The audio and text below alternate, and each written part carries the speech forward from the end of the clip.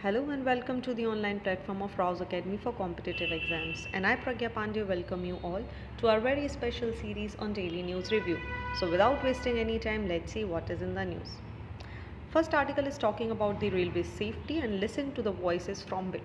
देखिए बालासोर उड़ीसा में 2 जून को एक बहुत ही ट्रैजिक इंसिडेंट यहाँ पर हुआ जहाँ पे लगभग 280 से ज़्यादा लोगों की जान गई थी। और यहीं पर आप देखेंगे तो अलग अलग इंसिडेंट्स हमें देखने मिले। कहीं पर रेलवे मिनिस्टर का रेजिग्नेशन मांगा जाने लगा, कहीं पर जो डिफरेंट कमिटीज़ हैं या जो रेलवे एक्सपर्ट्स हैं उन्होंने एक्सप्लेनेशन देने की कोशिश करी कि कैसे ये एक्सीडेंट हुआ, क्या रेमेडी मेजर्स लिए जा सकते थे या क्या अगर किया जाता तो इस तरीके के एक्सीडेंट को प्रिवेंट किया जा सकता था।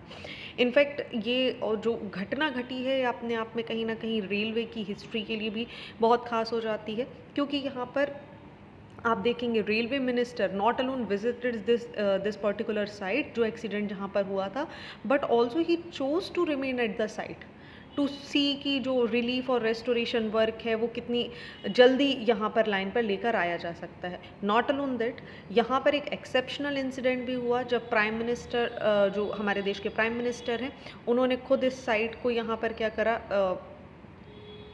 इसको विज़िट किया। और यहाँ पर इंडियन रेलवे के इतिहास में अगर आप देखेंगे तो ये अपने आप में एक बहुत ही बड़ा हिस्टोरिक मूवमेंट था।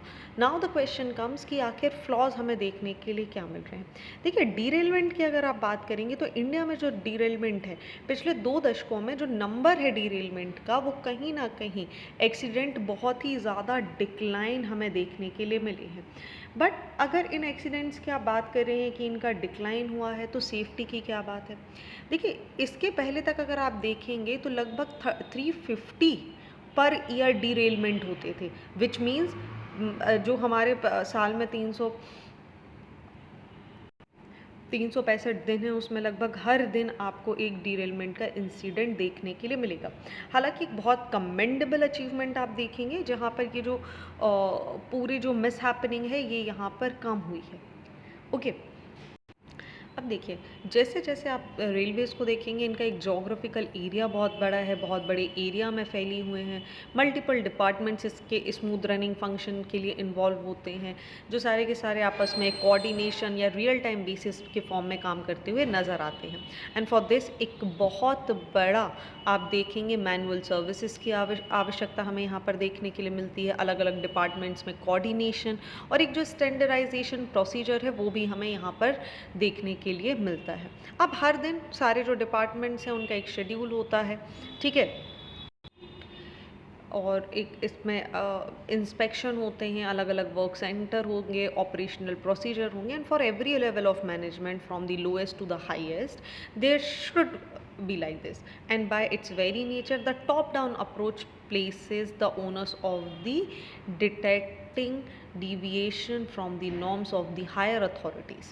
So इससे होता क्या है, देखिए basically what happened, it actually encourages what it encourages window dressing and sweeping of the problem under the carpet. Now what we need, हमें एक ट्रांसपेरेंसी की आवश्यकता है, हमें फ्रेंकनेस की आवश्यकता है। और जिस तरीके से आप देखिए एक बहुत अच्छा सिस्टम आप यहाँ पर देख सकते हैं। एक सिस्टम है जिसे डेवलप किया गया है ब्रिटिश यूनिवर्सिटी के द्वारा।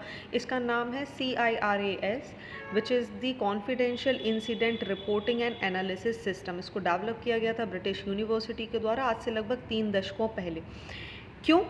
देखिए एक अंडरलाइन फिलॉसफी है to encourage the lower staff to point out deviation on a real time basis, maintain करना, कॉन्फिडेंशियलिटी को मेंटेन रखना और जो एक्सप्रेशन है फ्रैंक व्यू देने के लिए उसको एनकरेज करने के लिए ये सिस्टम यहाँ पर इफेक्ट में है and turns the conventional top down inspection on its head. And this is the fact example of real time empowerment of the staff.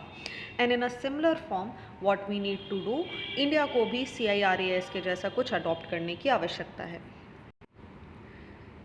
अब देखिए जब से ये एक्सीडेंट यहाँ पर हुआ है आप देखेंगे तब से CBI जांच की डिमांड यहाँ पर होने लगी है। बट आपको एक चीज़ जानना ज़रूरी है कि इंडिया में अपना खुद का कमीशन ऑफ रेलवे सेफ्टी आपको देखने के लिए मिलेगा।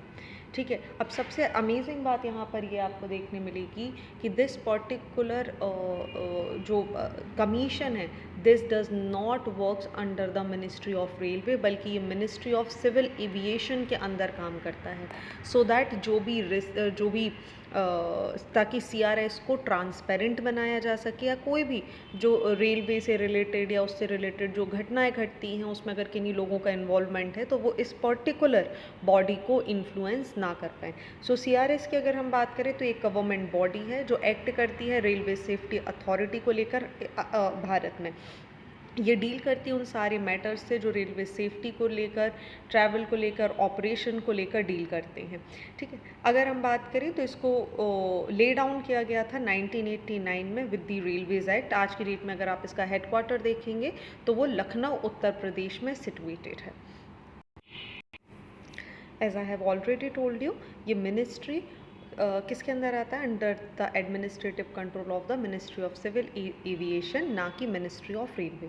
रीज़न मैं आपको बता चुकी हूँ। इसके साथ ही आप याद रखेंगे मई 1941 रेलवे इंस्पेक्टर को सेपरेट किया गया था फ्रॉम द रेलवे बोर्ड और इनको प्लेस कर दिया गया था under the control of the department of the post and air at that time.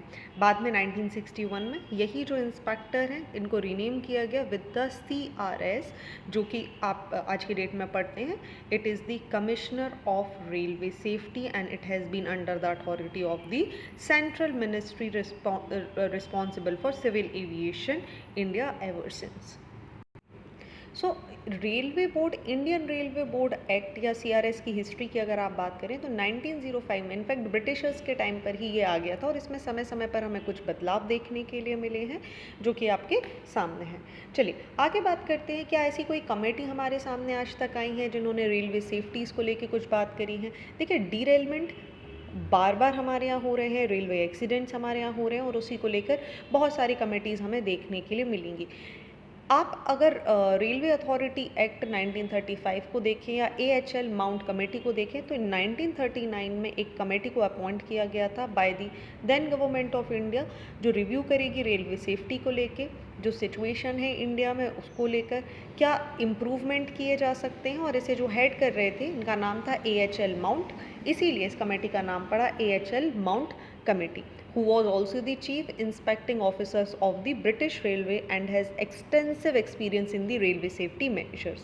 इस कमेटी ने अपनी रिपोर्ट सबमिट करी 1940s में, जिन्होंने रिकमेंड किया कि railway inspector should be separated from the railway board. इसीलिए आप देखिए यहाँ पर 1940s के इनके रिकमेंडेशन के बाद ही ये जो रेलवे इंस्पेक्टर है इन्हें सेपरेट किया गया था रेलवे बोर्ड से। ठीक है। और इन्होंने बोला कि रेलवे बोर्ड को बनाने की आवश्यकता है और उसे एक इंडिपेंडेंट अथॉरिटी के रूप में हमें लाने की आवश्यकता है। तो ये एक चीज़ है जो आप याद रखेंगे, कभी आपसे पूछा जा सकता है AHL माउंट कमेटी का संबंध किससे है। आगे अगर हम बात करें रिसेंटली तो देखिए राकेश मोहन कमेटी, जो कि national transport development policy committee के नाम से भी जानी जाती है, 2010 में से बनाया गया था under the chairmanship of doctor Rakesh Mohan. इन्होंने भी कुछ अपने एजेंडाज दिए थे, कुछ लॉन्ग टर्म ट्रांसपोर्ट पॉलिसीज़ को यहाँ पर डिस्कस किया था, जिसमें रेलवे से रिलेटेड इंपॉर्टेंट बातें बताई गई थी कि एक नया रेलवे रेगुलेटरी अथॉरिटी लाने की ज़रूरत है that should be established to oversees the comprehensive regulations. Indian railway cooperation to be establish as the statutory corporation, ताकि यहाँ पर जितने भी मैनेजमेंट हैं, ऑपरेशन है, उन्हें देखा जा सके। And the accounting system will be design to conform the Indian generally accepted account principles. इसी के अलावा पैसेंजर सर्विस सेफ्टी को लेकर, supply shifting attention to the long distance and intercity transportation को लेकर, स्पीड ऑफ द ट्रेन्स को लेकर, या हाई स्पीड रेल कॉरिडोर्स को डेवलपमेंट की बात भी इन्होंने यहाँ पर करी थी। नेक्स्ट अगर हम बात करें तो एक और इम्पॉर्टेंट कमेटी हमें देखने मिलेगी which is the Sam Pitroda committee, Sam Pitroda advisory committee 2012। देखिए, I am not reading each and everything which I have written it here. आप चाहें तो अपने नोट्स के लिए इस पर्टिकुलर सेक्शन का PDF डाउनलोड कर सकते हैं, जो आपको हमारी टेलीग्राम चैनल से मिल जाएगा, और टेलीग्राम चैनल की लिंक आपको हमारे डिस्क्रिप्शन बॉक्स में देखने के लिए मिल जाएगी। देखिए, सैमपिट्रोदा एडवाइजरी कमेटी की बात करें तो इस कमेटी ने एम्फसाइज़ किया था कि हमें एक एडवांस टेक्नोलॉजी बेस्ड प्रोग्राम्स को लाने की ज़रूरत है, इंडियन रेलवेज़ को मॉडर्नाइज़ कराने की आवश्यकता है, जिसमें आप देखेंगे advance safety technology such as train protection, warning system, जैसे आज आप कवच को देखते हैं, early modern signalling, train control system जैसे यूरोपियन ट्रेन कंट्रोल सिस्टम काम करते हैं, ऐसा लाने की आवश्यकता है। साथ ही यहाँ पर जो फ्राइट ट्रांसपोर्टेशन है उसे इम्प्रूव करने की बात की गई।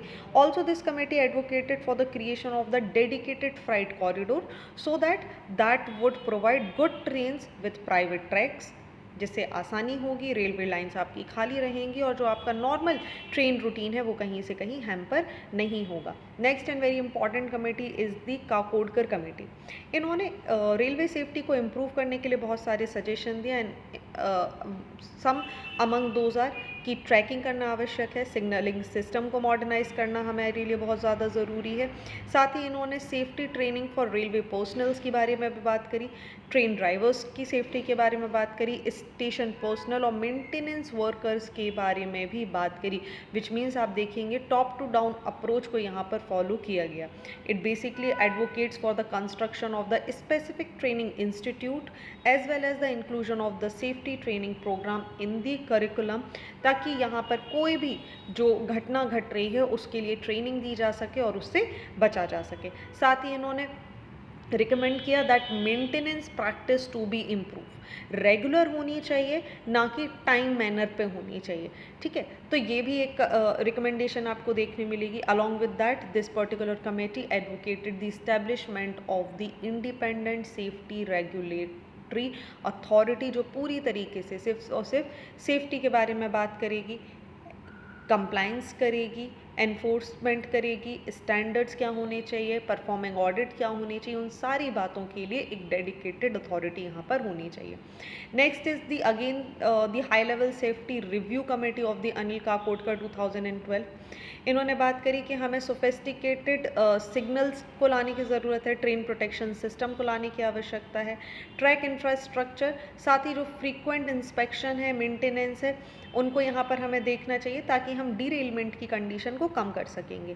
साथ ही रेलवे सेफ्टी को इम्प्रूव करने के लिए again they emphasize on the training programs and also they suggest the improving the organisational safety culture and fostering a proactive approach to a safety management. Next and very important is the Dinesh Trivedi committee. इस committee ने यहाँ पर क्या किया, they have recommended a fare increase to generate additional money for the railways. दूसरा यहाँ पर इन्होंने बात करी कि रैशनलाइजेशन फ्राइट चार्जेस हमें लगाने चाहिए so that we can make them more competitive and appealing to the freight customer, और इसी के साथ जो एडवांस जो हमारे पास कुछ एडिशनल चीज़ें आएंगी उससे हम मेंटेनेंस जैसी चीज़ों में आगे बढ़ पाएंगे। Next and very important is the Bibek Debroy committee. इस कमेटी ने प्रपोज किया that the Indian railways unbundle several services जैसे infrastructure management, train operation, station management, this would enable specialisation and increase efficiency.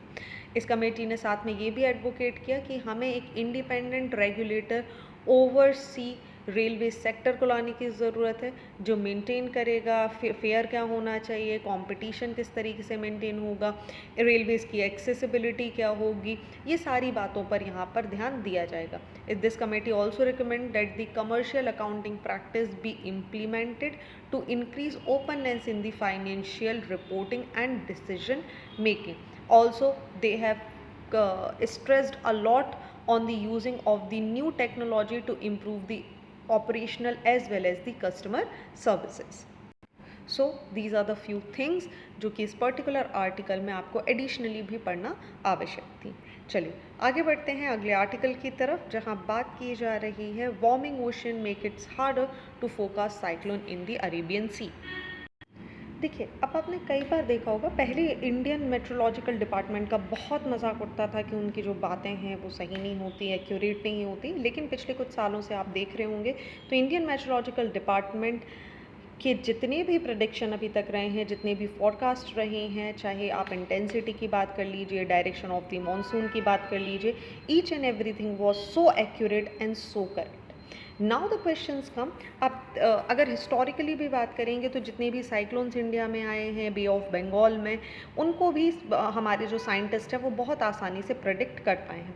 लेकिन रिसेंटली जो साइक्लोन आ रहे हैं उसका एक बहुत बड़ा कारण है the warming of the ocean, और उसकी वजह से जो प्रिडिक्शन है वो कहीं ना कहीं यहाँ पर गड़बड़ा जाता है। क्यों?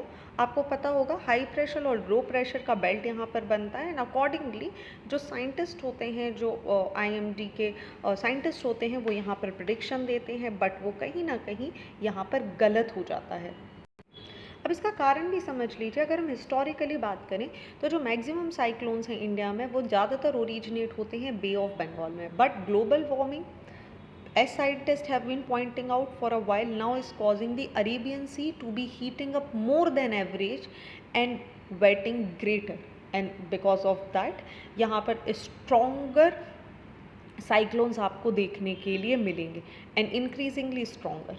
Okay, so the trajectory predictory by the IMD for Biparjoy was 110% accurate, and it changed the direction before making a landfall. So this is one of the thing, but Arabian sea cyclones की अगर आप बात करेंगे, they are historically have been fewer because of relatively colder sea surface temperature. लगभग 48% जो cyclones हैं वो कभी भी लैंड तक नहीं पहुंच पाते हैं। सिर्फ इसी के विपरीत अगर आप बात करेंगे तो बे ऑफ बंगाल में, जो कि ज़्यादा गर्म होता है, यहाँ पर लगभग 13% से ज़्यादा साइक्लोन्स आके हर बार लैंड को यहाँ पर हिट करते हैं। So it is also the wind in the upper reaches of the atmosphere, जिनको हम स्टीरिंग विंड्स के नाम से भी जानते हैं, आपको पता होगा, जो किसी भी पर्टिकुलर वेदर फिनोमिना को इन्फ्लुएंस कर सकती हैं, डायरेक्शन या रिकर्व कर सकती हैं एक पर्टिकुलर साइक्लोन को, और जहाँ पर भी where is the heat within the ocean layer determine the strengthening and the duration of the cyclone. दोनों चीज़ें समझिए वापस से कि जो ओशन की लेयर है, जो पानी की जो लेयर है, ओशन वाटर बॉडी की जो लेयर है, वो डिटरमाइन करेगी कि साइक्लोन का ड्यूरेशन क्या होगा या वो कितना स्ट्रॉन्ग होने वाला है। लेकिन वहीं जो हवाएं हैं, जो स्टीयरिंग विंड्स हैं, वो इस साइक्लोन की दिशा को या इसको रिकर्व करने का काम करेंगी। अब अगर हम अरेबियन सी की बात करें तो जैसा हमने आपको पहले भी बताया कि यहाँ पर हो क्या रहा है, ये बे ऑफ बंगाल के मुकाबले में ज़्यादा गर्म हो रहा है, और यहीं पर जो विंड्स है दे आर स्पीडिंग अप, और जिसकी वजह से आप देखेंगे कि कई बार प्रेडिक्शन करते हुए भी जो सब सरफेस वैल्यूज़ होती हैं वो कैप्चर नहीं हो पाती प्रेडिक्शन मॉडल में, and that is why the strength and the speed of the cyclone are not accurately captured in advance. ठीक है, तो these are few of the things आप यहाँ पर याद रखेंगे इस आर्टिकल के बारे में। Along with that, cyclone Biparjoy को हम मल्टीपल टाइम डिस्कस कर चुके हैं, so I am gonna skip it for now. चलिए आगे बात करते हैं अगले आर्टिकल के बारे में, जहाँ पर बात किया जा रहा है Nehru library renamed trigger Wars. अब देखिए हुआ क्या है, नेहरू मेमोरियल म्यूज़ियम और लाइब्रेरी सोसाइटी, जो कि एक ऑटोनोमस बॉडी है गवर्नमेंट ऑफ इंडिया के अंदर में, उन्होंने अनाउंस किया है कि जो इस इंस्टीट्यूट का नाम है वो रीनेम कर दिया जाएगा with the prime minister museum and library society. ठीक है, जिसकी वजह से आप देखेंगे तो यहाँ पर कुछ इशू भी हमें देखने के लिए नज़र आ रहे हैं between the existing government and the previous government. Now the questions come कि ये नेहरू लाइब्रेरी या जिसकी आप बात कर रहे हैं Nehru memorial museum and library society NMML, इसका थोड़ा सा इतिहास भी हमें जानना ज़रूरी है। देखिए NMML एक ऑटोनोमस इंस्टीट्यूट है under the ministry of culture, जो कि गवर्नमेंट ऑफ इंडिया के अंदर ही आता है, क्योंकि इसको इस्टेब्लिश किया गया था 1964 में in the memory of the first prime minister of India Pandit Jawaharlal Nehru. ठीक है, जिनको आपको पता है 1964 में जिनका देहांत हो जाएगा। लोकेशन की अगर हम बात करें तो ये तीन मूर्ति हाउस दिल्ली में, जो कि ऑफिशियल रेसिडेंट होता है प्राइम मिनिस्टर का, वहाँ पर इसको सिचुएटेड किया गया है। इसी के अलावा ये रिस्पॉन्सिबल है for all the key decision regarding the functioning of the memorial. इसकी 4 यूनिट आपको देखने मिलेंगी, जिसमें memorial museum, library on the modern India, centre for contemporary studies and Nehru planetarium आपको इसके अंदर देखने के लिए मिलेंगे। रिसेंट अगर हम कुछ डेवलपमेंट्स की बात करें तो एक नया NMML सोसाइटी को यहाँ पर इस्टेब्लिश किया गया है, जिसके मेंबर्स आपको देखने के लिए मिल जाएंगे यहाँ पर आप देख सकते हैं आपकी स्क्रीन पर उनके नाम है। So the term for the nominate member will be up to the April 26 2020। ये थोड़ा सा पुराना सा न्यूज़ है, लेकिन आप चाहें तो इसको ध्यान रख सकते हैं, otherwise you can also forget it. चलिए आगे बढ़ते हैं और बात करते हैं मिलेट्स के बारे में। देखिए रिसेंटली हुआ क्या है, प्राइम मिनिस्टर श्री नरेंद्र मोदी इन्होंने क्या करा, एक कोलैबोरेशन किया है with the Grammy award winning Indian American singer, जिनका नाम आपको यहाँ पर स्क्रीन पर देखने मिलेगा, फाल्गुनीशा, for her special song to promote the benefit of the millets. और जो मिलेट्स की जो खासियत है उनको बताने के लिए, और जो वर्ल्ड हंगर है उसको एलिवेट करने के लिए यहाँ पर ये इनसे मिले। अब देखिए द अबंडेंस इन मिलेट ये सॉन्ग है जिसे परफॉर्म किया गया था by the Mumbai born singer and song writer Falguni Shah और उनके हस्बैंड के द्वारा, जो कि सिंगर है गौरव शाह। इसको रिलीज़ किया गया था 16 जून को सारे प्लेटफॉर्म्स पर। अब क्योंकि आपको पता है 2023 को international year of millets declare किया गया है, and for that prime minister Narendra Modi has met the Indian American singer Falguni Shah. क्योंकि हम फाल्गुनी शाह के बारे में यहाँ पर बात करें तो आप एक और चीज़ याद रखेंगे, इनको ग्रैमी अवार्ड मिला था for the best children's album in 2022। ठीक है, फॉर हर एल्बम, इसका नाम था a colourful world. So this is first thing that you will remember. अब बात कर लेते हैं मिलेट्स के बारे में। देखिए मिलेट्स की अगर आप बात करेंगे तो ये स्मॉल ग्रेन्स होते हैं, सीरियल्स होते हैं, जिन्हें हम कई बार कोर्स ग्रेन्स के नाम से भी जानते हैं। ठीक है, कई बार इन्हें सुपर फूड की संज्ञा भी दी जाती है। Among the first crops to be the domesticated ये हैं। साथ ही अगर आपको पता हो तो आईवीसी में हमें इनके प्रमाण मिले हैं 3000 बीसी के। दैट मीन्स जो इनकी इम्पोर्टेंस है वो आज से नहीं, इसका बहुत लंबा इतिहास है। क्लाइमेटिक कंडीशन की बात करें तो ये मेनली खरीफ क्रॉप का पार्ट हमें दिखाई देती हैं। लगभग 27 से 32 डिग्री टेम्परेचर में ये बहुत आसानी से सर्वाइव कर लेती हैं, even sometimes मोरर।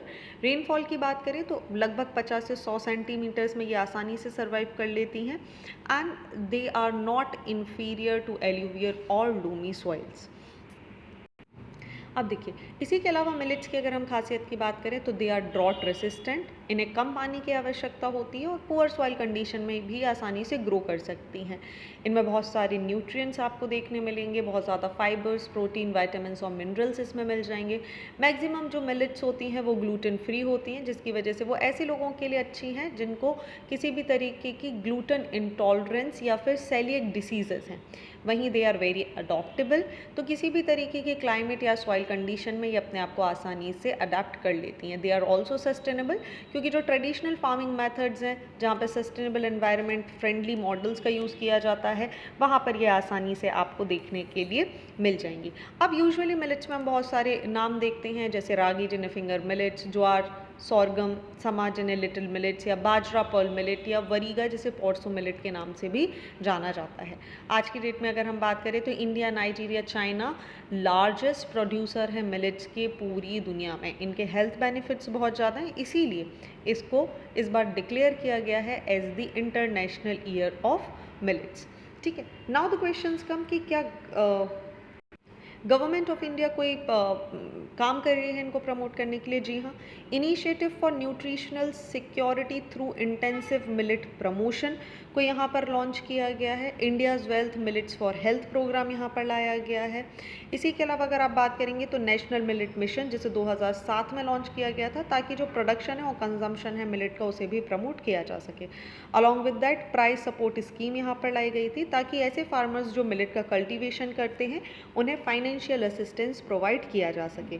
Value added products यहाँ पर बनाने की बात की जा रही है। इसी के अलावा मिलेट्स को पब्लिक डिस्ट्रीब्यूशन सिस्टम के तहत जितने भी स्कूल्स हैं वहाँ पर डिस्ट्रीब्यूट करवाने के लिए काम किया जा रहा है, सो दैट जो डिसीज़ेज़ हैं या जो फिर आप देखेंगे किसी भी पर्टिकुलर विटामिन, मिनरल, किसी भी चीज़ की कमी है उसको आसानी से यहाँ पे कवर किया जा सके। अगेन वेरी इंपॉर्टेंट आर्टिकल जहाँ बात की जा रही है a new path and imminent US Iran nuclear deal. देखिए जैसा आप सभी को पता होगा कि ईरान ने न्यूक्लियर डील साइन की है यहाँ किसके साथ, P5+L। ठीक है, ये P5 कौन यहाँ पर है, ये UNSC के परमानेंट मेंबर हैं और यहाँ पर आपको देखने के लिए मिल जाएगा Germany. So let's understand this very briefly. देखिए, ईरान न्यूक्लियर डील जिसे formally joint comprehensive plan of action के नाम से भी जाना जाता था, ये एक एग्रीमेंट है। ठीक है, ये 2015 में एक एग्रीमेंट किया गया था बिटवीन दी P5+1, जैसा मैंने आपको बताया, UNSC के 5 permanent member, those are China, France, Russia, United Kingdom, United States of America plus Germany, इसके पार्ट आपको देखने मिलेंगे। ये कई बार न्यूज़ में रहती है क्योंकि समय समय पर आप देखेंगे कि यहाँ पर जो रिलेशंस हैं बिटवीन ईरान और यूनाइटेड स्टेट्स, वो बार बार हमें पिक्चर में नज़र आते हैं। Although the Iran nuclear deal was stalled under the US presidential Trump in 2018, and the new president Joe Biden has expressed interest in reviving the JCPOA. Now let's understand something about this thing. यहाँ पे थोड़ा सा हमें background भी जानना होगा। देखिए, in 1970s Iran received assistance in the nuclear program from the United States, ठीक है, as the part of atoms for peace program. ध्यान से समझिएगा। So the Shah of Iran even signed the treaty on the non-proliferation of the nuclear weapons in 1968। मतलब यहाँ NPT भी sign हो गया। and in 1968 as a non-nuclear weapon state and ratified the NPT in 1970s। It all changed when the Iranian revolution threw the country's nuclear program into disarray, and many talented scientists fled the country, and the new regime was openly hostile to the United States and thus ended up the hope for assistance from them. In late 1980s, what happened? Iran restrained its nuclear program with assistance from the Pakistan, which entered into a bilateral agreement with Iran in 1992. China, which did the same in 1990s, and Russia, which again did the same in 1992 and 95, and from the AQ Khan network. Although Iran started this its nuclear program was for the peaceful purpose, since the Western power are not helping him out, that's why he is taking assistance from all of these countries. Back and forth negotiation between Iran and the Western nation has started, but throughout the अगर आप 2000 की बात करें, with a little progress, Iran even created plant for the heavy water and uranium enrichment, which led to the economic sanctions from the United States and the European Union. It would not be until 15th July 2015 that the joint comprehensive plan of action would be created. So far, it is the most clear-headed and the robust nuclear plan formulated so far. So, JCPOA, जैसा मैंने आपको बताया, यहाँ पर इसको establish किया गया था सो दैट जितनी भी सैंक्शन है वो ईरान के ऊपर से यहाँ से हटा दिए जाए। Also what this JCPOA will do, ये ध्यान देगा कि ईरान यहाँ पर क्या कर रहा है, उसकी एक्टिविटीज़ क्या हैं, किस तरीके से वो न्यूक्लियर वेपन है उन्हें सीक्रेटली यहाँ पर डेवलप नहीं करे। साथ ही इसके ऑब्जेक्टिव क्या थे, जो न्यूक्लियर रिस्ट्रिक्शंस हैं उनको देखना, उसके अलावा मॉनिटर करना, वेरिफिकेशन करना कि ईरान ने जो टर्म्स एंड कंडीशन साइन करी है whether it is working on it और नॉट। रिजल्ट में क्या होगा, इन रिटर्न जो EU है, यूनाइटेड नेशंस है, यूनाइटेड स्टेट्स है, इन्होंने कमिटमेंट दिया कि ये जितने भी इन्होंने यहाँ पर न्यूक्लियर रिलेटेड रिस्ट्रिक्शन लगा रखे हैं उनको यहाँ पर ईज कर देंगे। वेपन एम्बार्गो भी आपको इसका पार्ट देखने मिल जाएगा, जहाँ पे parties agreed to lift an existing UN ban on the Iran transfer of conventional weapon and the ballistic missile after 5 years of IAEA certifies that Iran is only engaged in the civilian nuclear activity. सो इसी के कारण ये जो पूरा article है ये हम यहाँ पर पढ़ रहे हैं, क्योंकि हम आर्टिकल पढ़ रहे हैं लेकिन उसके पहले ऐसे कोई भी अगर बच्चे हैं जिनको इसके बारे में जानकारी नहीं थी, तो जितनी भी टर्म्स यहाँ पर यूज़ होने वाली हैं JCPOA या फिर IAEA इंस्पेक्शन, वो सारे हमने यहाँ पर डिस्कस कर लिए हैं। अब देखिए मुद्दा हुआ कहाँ। JCPOA को साइन करने के बाद जैसे ही 2015 के बाद डोनाल्ड ट्रंप यहाँ पर पावर में आए, उन्होंने बोला this is a stupid deal और मैं इससे यहाँ पर क्या करने वाला हूँ, बाहर जा रहा हूँ। एंड बिकॉज ऑफ दैट क्योंकि Donald Trump was not in favour, तो यहाँ पर यूनाइटेड स्टेट्स इससे विड्रू कर जाएगा। अब देखिए तो फ़र्क क्या पड़ रहा था? फ़र्क ये पड़ रहा था कि अमेरिका ने ही सबसे ज़्यादा सैंक्शन लगा रखे थे ईरान के ऊपर, और अगर अमेरिका ही इस JCPOA से बाहर निकल जाती है तो JCPOA का कोई मतलब यहाँ पर नहीं रह गया था। और यही कारण है कि जब से जो बाइडन यहाँ पर प्रेसिडेंट बने हैं तब से ईरान और अमेरिका दोनों ट्राई कर रहे हैं कि यहाँ पर ये जो डील है इसको फाइनल क्लोज़र दिया जाए। क्यों? देखिए, ईरान और अमेरिका दोनों के लिए आज की डेट में ये जो डील है ये बहुत ज़्यादा इम्पॉर्टेंट है। अब देखिए, ईरान और यूएसए को दोनों को क्यों चाहिए? ईरान का जो मैक्सिमम बिजनेस है या जो मैक्सिमम डील्स हैं अभी तक जो उसने की हैं वो सारा वेस्टर्न इंटरेस्ट के साथ है, ठीक है। जितनी भी चीज़ें हैं, चाहे डॉलर या सब चीज़ों की बात कर लीजिए, मैक्सिमम अकाउंट सारे आपको वेस्टर्न नेशंस में स्पेशली यूएसए में देखने मिल जाएंगे। व्हाट हैपेंड, यूएसए ने यहाँ पर सारे बैंक अकाउंट, सारे डॉलर, सारी चीज़ें फ्रीज कर दी हैं। अब ईरान की गवर्नमेंट आज की डेट में उनको पैसे की आवश्यकता है। वो चाहते हैं कि जो उनका फ्रीज्ड अकाउंट है जो यूएसए ने कर रखे हैं उसको अनफ्रीज कर दिया जाए, so that they can use that particular money for some sort of development. और जो उनकी ऑनगोइंग गवर्नमेंट है जो यहाँ पर इकोनॉमिक टसल को देख रही है उसको भी यहाँ पर दूर किया जा सके। अब यूएसए पॉइंट ऑफ व्यू से समझे तो देखिए, ईरान सबसे बड़ा ऑयल प्रोड्यूसर है वर्ल्ड का, and because of this USA sanction आज की डेट में ईरान कहीं मैक्सिमम कंट्रीज़ में जो अपना ऑयल है उसको यहाँ नहीं बेच पा रहा है। अब देखिए, क्योंकि ईरान मैक्सिमम कंट्रीज़ को ऑयल नहीं बेच पा रहा, वो बहुत आसानी से चाइना को बेच सकता है, because China does not even care about what US is thinking. अब इसकी वजह से देखिए, क्योंकि वो लिमिटेड जगह पे ऑयल को बेच पा रहा है, and resulted in to what, जो ऑयल के प्राइजेज हैं वो इंक्रीज़ हो गए हैं, ठीक है। वहीं एक तरफ रशिया यूक्रेन के वॉर की वजह से रशिया को एक बहुत अच्छा फ्रंट फुट मिल गया है कि वो मार्केट में आके अपने ऑयल को चीप रेट्स में मार्केट में निकाल रहा है, and USA does not want it. USA would never want कि जो ऑयल के प्राइजेज हैं वो बहुत ज़्यादा ऊंचाइयों पर जाएं, and for that what they need कि ईरान से सैंक्शन हटाकर ईरान का जो ऑयल है उसको कहाँ पर लाना ज़रूरी है, उसको मार्केट में, वर्ल्ड मार्केट में लाना बहुत ज़्यादा आवश्यक है। इसके अलावा यूएस को एक और बात की सबसे ज़्यादा चिंता है, which is the Iran and China relation. देखिए, क्योंकि यूएस ने बहुत ज़्यादा सैंक्शन लगाए हुए हैं तो Iran is getting very closer to the China, and USA never wants it, they would never want it. क्यों? क्योंकि चाइना आज की डेट में एक ऐसी कंट्री है जो इक्वल कंपटीशन दे रही है यूएस को। इसी के अलावा यूएस के बहुत सारे अलाइज हैं, फ्रेंड्स हैं, like Israel and Saudi Arabia, they don't want कि ईरान के ऊपर ट्रस्ट किया जा सके। हालांकि सऊदी की सिचुएशन आज की डेट में चेंज हो चुकी है, सिंस सऊदी और ईरान वापस दोस्त बन गए हैं, और ये इंटरवेंशन, ये कमाल किसी ने नहीं बल्कि चाइना ने किया है। और इसकी वजह से जो चाइना का स्टेटस है इन दी जियोपॉलिटिक्स वो भी अपने आप में इम्प्रूव हो गया है। Other than that, Israel does not trust at all on Iranian government, because इनको लगता है कि अगर ईरान के हाथ में अगर आप सैंक्शन हटा देंगे, अकाउंट अनफ्रीज कर देंगे, तो they will use this particular money for the notorious activities like building up of a nuclear plants.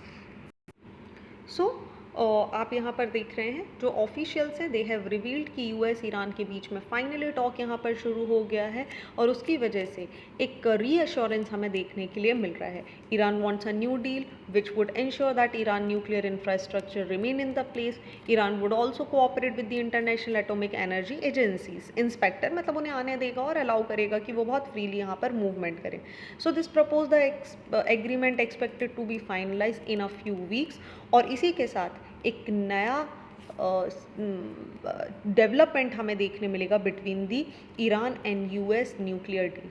इसके बदले में US has also pledge to avoid new harsh sanction on Iran, not to seize oil tankers in the gulf water, and not pursue anti Iran resolution in the United Nation. And because of that आप देखेंगे एक बहुत बड़ा economical development, economic shift और change हमें आगे आने वाले समय में देखने के लिए मिलेगा। ओके, तो ये थे आज के इम्पॉर्टेंट आर्टिकल। आई होप आपको सारी की सारी चीज़ें क्लियर हो चुकी होंगी। So thank you and see you tomorrow.